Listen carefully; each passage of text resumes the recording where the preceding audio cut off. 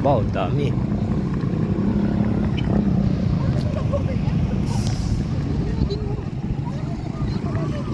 Daming pasahero.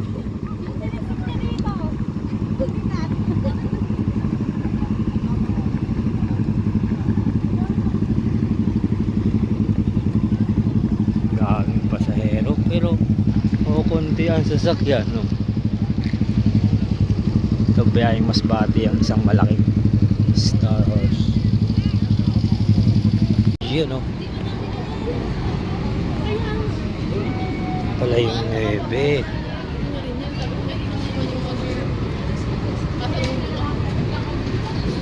Konti ang pasahero. Konti ang pasahero.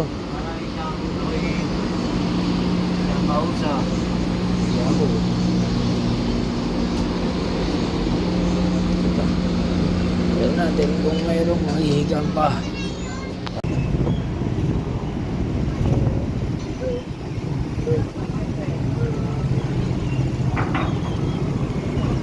Konti ang pasahero. Daming barko.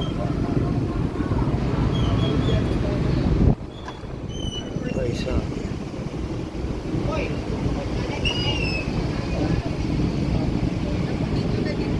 Konti ang pasahero. Hindi katulad yung mga nakaraan, maraming pasahero. Konti ang sasakyan.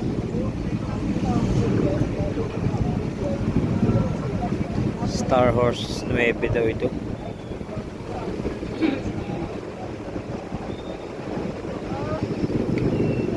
Ayan yung pinakamalaking barko ng Star Horse. Biyaheng Masbate.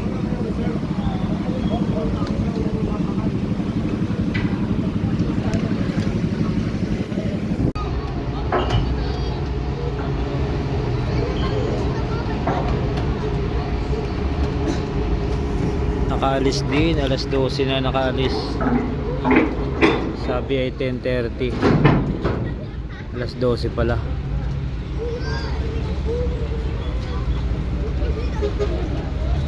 Nari na ako sa Dolores, ako'y naglalakad. Naasik-asik pa, naulan. Ayaw pa. Ang dami yatang aswang masasalubong ko din eh. Andiyan pa. Alright.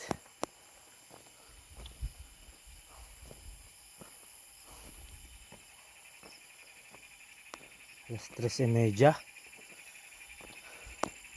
Ako'y nagapasundo kay Jerry. Ako tulog pa yata yun.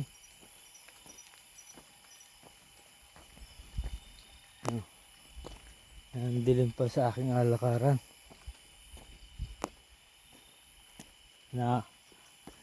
Naulan pa. Ang dami ko yata ang aswang na masasalubong din eh.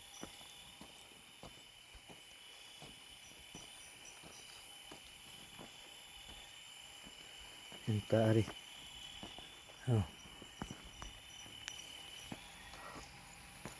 Ari yung manggang. Malaking mangga din niya yun. Inakapanlawan. Marami raw nagpapakita dito. Ang mangga na yan. Malaking mangga.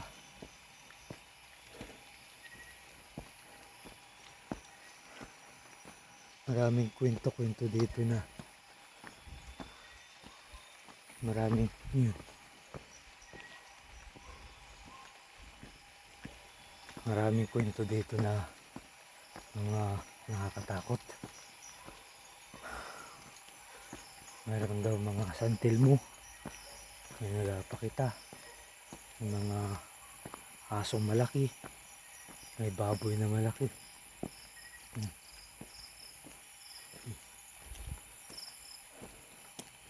Pero sa tagal ko nang naglalakad dito, hindi pa ako nakakakita ng mga ganun. Baka ngayon pala ang dilim. Naulan na eh. May buwan ngayon kaso naulan nga. Naulan ay di makulimlim. Hindi lang makulimlim, maulan. Madilim talaga.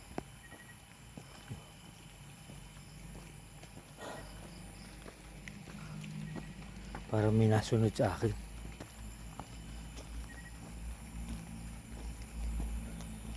Pero alas 3:30 na. Maano na. Umaga na. Ngayon ay ahas ang nakakatakot dito. Ahas. Kami. Ayan. Ahas ang nakakatakot. Makasalubong ako ng ahas.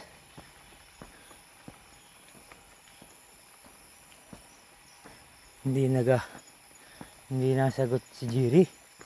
Ako yung nagpasundo sa baba eh. Hindi ako na nasundo. Tulog pa siguro.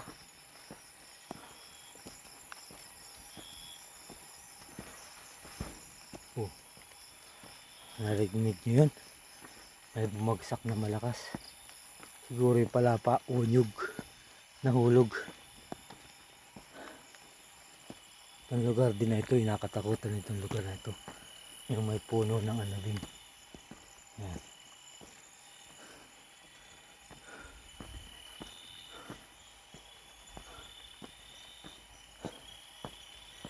Ito may puno ng anabing dito. Yan.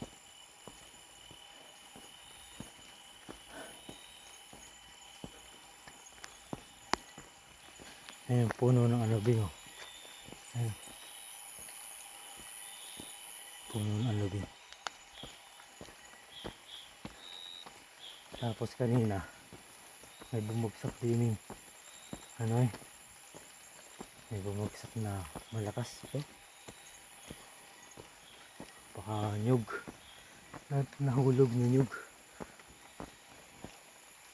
Ang nakakatakot dito ay ahas. Baka ahas ang ating masalubong.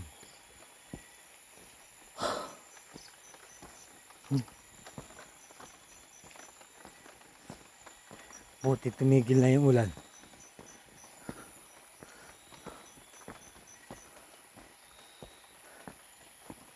Ano na lang, asik-asik. Ambon. Ambon.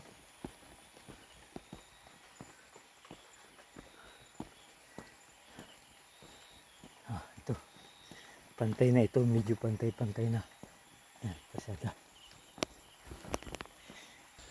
Yan. Dito medyo pantay na. Tsaka mayroon ng mga bahay.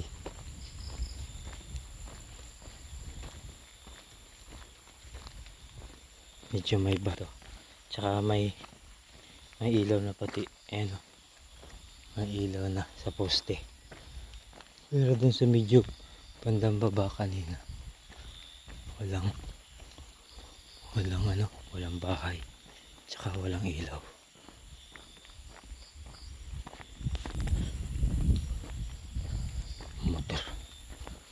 Motor pala. Kala ko kung motor.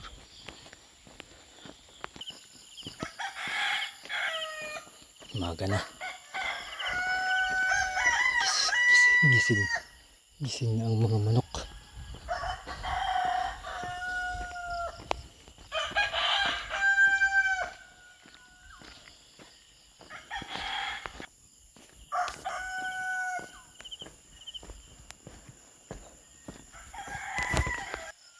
Takot ko. May lumipad sa harapan ko, bukaw. May bukaw, ayun o. Madilim na eh. May lumipad sa harapan ko. Ang takot ko. Bukaw. Yung owl. Yung ibong parang pusa. Ito pa naman yung maraming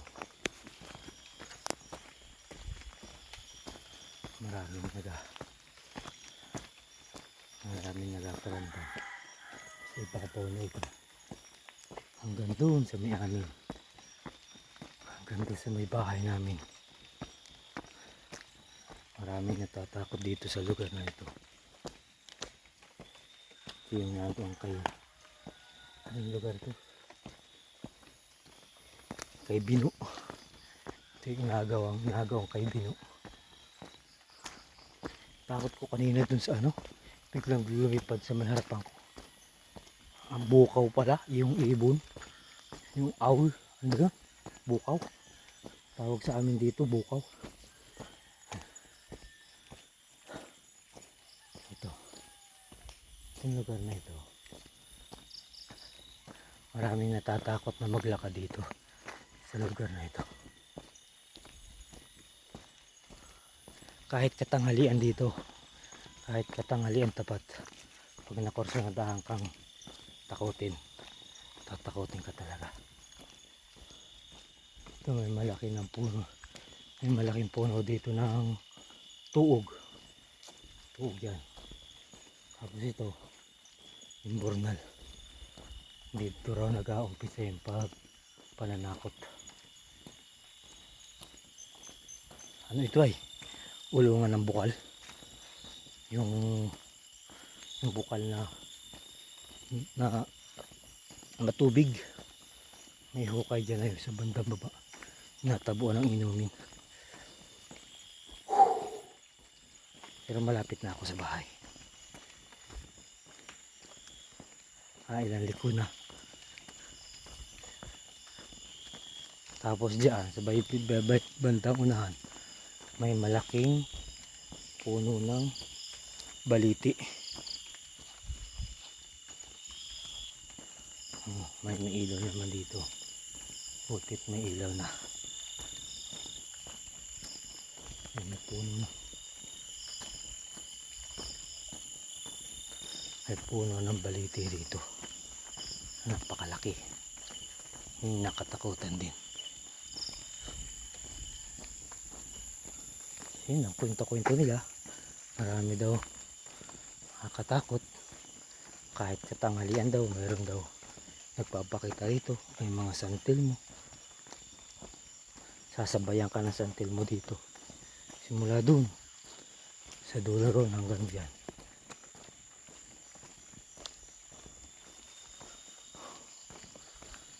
Puti may ilaw na dito sa kanto na to. Dati walang ilaw dito. Ito yung ulungan ng bukal. Ito yung lugar na ito, ulungan ng bukal. Sa bandang baba dyan, mayroong hukay na inatabuan ng inumin.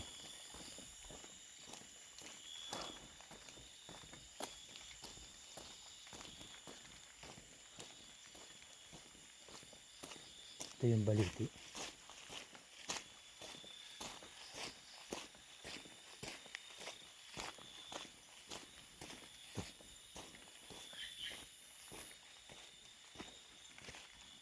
Yung puno ng baliti, ayun o, laki, laking puno ng baliti.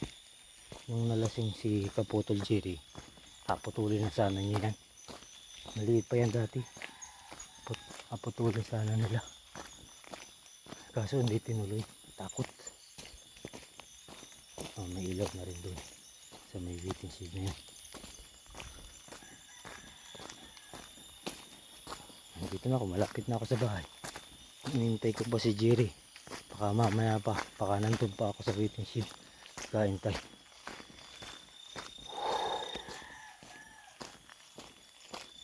Pero kung di tumigil yung ulan, ay doon pa rin ako maghihintay. Kaso tumigil yung ulan ay hindi, naglakad-lakad na lang ako.